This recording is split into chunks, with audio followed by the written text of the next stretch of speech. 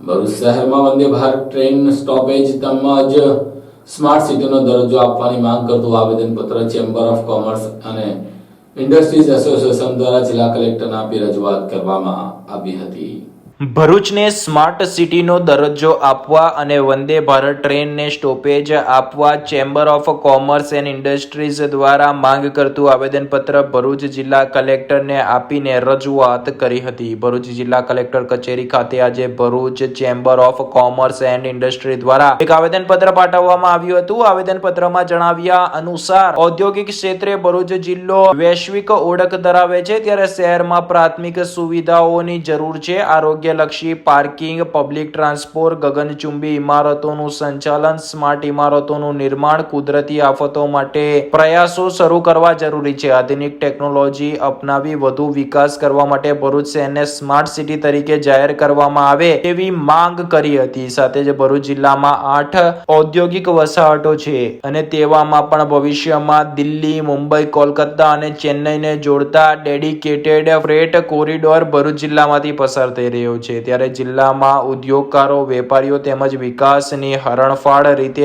આગળ વધી રહેલી જિલ્લાને ધ્યાનમાં રાખીને ભરૂચ રેલવે સ્ટેશન ખાતે વંદે ભારત ટ્રેનને સ્ટોપેજ આપવામાં આવે તેવી માંગ કરવામાં આવી હતી।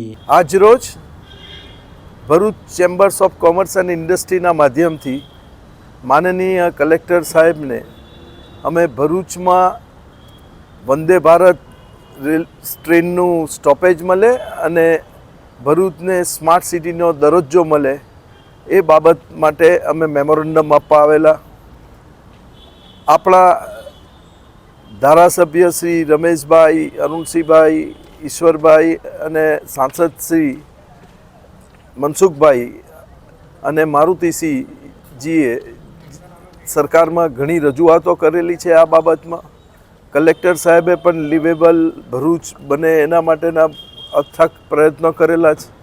આ માધ્યમથી અમે એમને બળપૂર્વક એમની રજૂઆતોને બળ મળે એ માટે અમે આવેદનપત્ર આપેલું છે।